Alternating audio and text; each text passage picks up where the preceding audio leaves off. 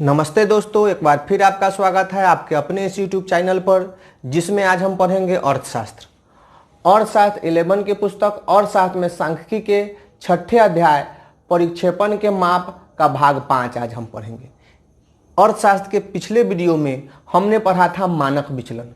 मानक विचलन माध्य के विचलनों के वर्गों के माध्य का धनात्मक वर्गमूल ही मानक विचलन होता है। मानक विचलन में असामूहिक आंकड़ों के लिए मानक विचलन का परिकलन कैसे करते हैं?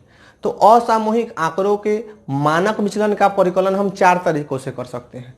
वास्तविक माध्य विधि से, कल्पित माध्य विधि से, प्रत्यक्ष विधि से और पद विचलन विधि से। तो इसके पिछले वीडियो में हमने वास्तविक माध्य विधि से मानक विचलन का परिकलन करना सीखा था, अर्थात कि वास्तविक माध्य विधि से हमने मानक विचलन निकालना सीखा था। आज हम सीखेंगे कल्पित माध्य विधि से। कल्पित माध्य विधि से कैसे हम मानक विचलन निकालते हैं। तो आप जानते हैं कि कल्पित माध्य निकालने के लिए हम पहले क्या करते हैं, एक कोई भी संख्या जो कि चर दिया है उसी में से कोई एक संख्या या कोई भी स्वेच्छा से, अपने स्वेच्छा से कोई भी संख्या ले लेते हैं जो कि हमारा कल्पित माध्य होता है। तो हमने क्या किया है कि ax अर्थात कल्पित माध्य हमने लिया है 25 और कल्पित माध्य को चर से कल्पित माध्य को घटा लिया है। तो कल्पित माध्य 25, तो 5 में से 25 घटाएंगे तो -20, 10 में से तो -15, 25 में से तो 0, 30 में से तो +5 और 50 में से तो 25। इस सब को जोड़ा गया तो क्या आया, -5। अब इन जो जितना भी आया है कल्पित माध्य से लेके डी जो हमने निकाला है, डी का स्क्वायर करेंगे तो 20 का स्क्वायर 400, 15 का 225, 0 का 0, 5 का 25 और 25 का 625। इन सब को हमने जोड़ के कितना निकाला, 1275। अब हम क्या करेंगे कि इसे मानक विचलन निकालेंगे। मानक विचलन को हम सिग्मा से सूचित करते हैं। ऐसे जो बनाते हैं हम लोग इसे भी सिग्मा कहते हैं, और जो जोड़ का भी साइन होता है जिसको हम जोड़ते हैं पूरे चीज़ों को, तो उसे भी हम लोग क्या कहते हैं, सिग्मा ही कहते हैं। तो sigma equal to √under sigma d square बटा n minus bracket sigma d square बटा n। देखिए सिग्मा डी स्क्वायर यहाँ पे दिया हुआ है, तो सिग्मा डी स्क्वायर ये डी स्क्वायर 1275 हमने ले लिया यहाँ पे 1275 बटा n कितना है, 1 2 3 4 5, मतलब चर कितना है 5 ले लिया। और उसके बाद जो ये d है इसका जब स्क्वायर किए तो 5 का स्क्वायर कितना आया, 5 बटा जो n है उसको, तो 5 का स्क्वायर आया 5 का स्क्वायर 25, 5 से 5 काट ही देते हैं, यहाँ पे 5 से 5 काटे तो 1 और 1 का स्क्वायर करेंगे तो कितना आएगा 1। अब इसे अब घटाएंगे तो जब घटाते हैं तो आता है 1270 बटा 5, जिसे हम काट के लाते हैं 254, रूट अंडर कितना 254, और 254 को जब हम रूट से निकालते हैं तो 15.937 आता है। आप याद कीजिए पिछले वीडियो में जब हमने वास्तविक माध्य विधि से जब माध्य विचलन निकाला था उसका भी आंसर कितना आया था 15.937, और आज कल्पित माध्य विधि से भी निकाले हैं तो उसका कितना आंसर आया है 15.937। मतलब किसी भी विधि से आप निकालिएगा, प्रत्यक्ष विधि से, पद विचलन विधि से, असामूहिक आंकड़ों का मानक विचलन, तो जो आंकड़ा होगा, जो चर होगा, उसका इतना ही आंसर आएगा 15.937।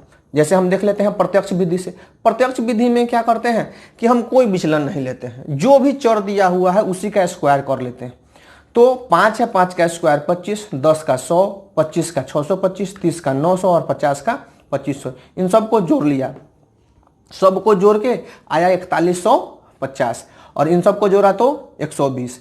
देखिए क्या करते हैं कि पहले इसका माध्य निकाल लेते हैं। तो माध्य निकालेंगे, 120 को 5 से भाग देंगे तो कितना आएगा 24। वही मैंने नियम में किया है। क्या होता है इसका कि सिग्मा मानक विचलन, सिग्मा इजकल टू जब प्रत्यक्ष विधि से निकालते हैं तो इसका नियम होता है root under sigma x square बटा n माइनस x बटा n का होल स्क्वायर, जो कि इसका माध्य का होल स्क्वायर होता है। तो माध्य का होल स्क्वायर इसको 4150 बटा 5 माइनस 120 बटा 5 का स्क्वायर, तो 5 से 120 को काटेंगे तो आएगा कितना 24, और इसको काटेंगे तो 830।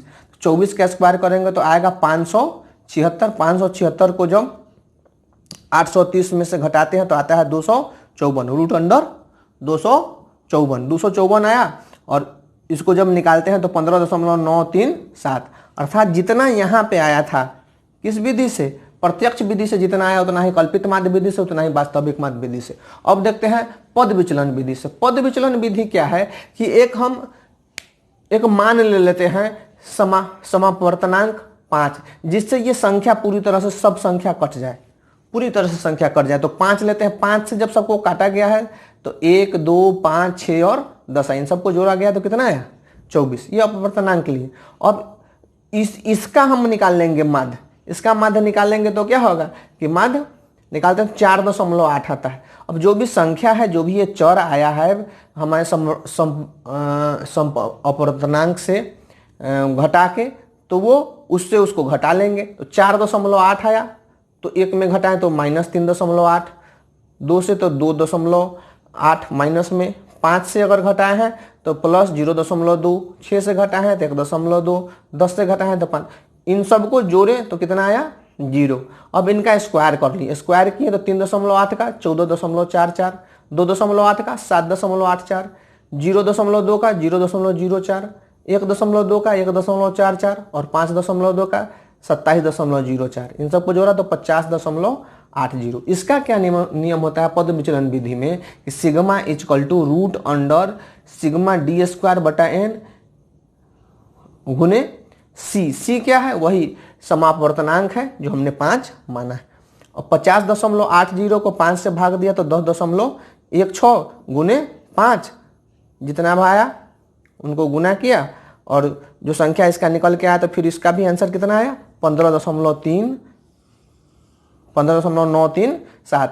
अर्थात किसी भी विधि से हम मानक विचलन निकालते हैं असामूहिक आंकड़ों का तो हमारा आंसर समान चर में किसी भी विधि से आप निकालेंगे तो उतना ही आता है जितना कि आप इसके पिछले वीडियो में वास्तविक माध्य में देखा हो, चाहे इस वीडियो में कल्पित प्रत्यक्ष या पद विचलन विधि से आपने देखा। तो आज के वीडियो में इतना ही है। अगले वीडियो में हम जो इसके आगे मानक विचलन का निकालेंगे जो आंकड़ों का होता है उनका। तो आपको ये वीडियो कैसा लगा और आप और क्या जानना चाहते हैं मानक विचलन के बारे में, हमें कमेंट्स में लिख के बताइए। और आप अगर हमारे इस YouTube चैनल पर नए हैं तो इसे सब्सक्राइब कीजिए और हमारे साथ बने रहिए। तब तक के लिए बहुत बहुत धन्यवाद।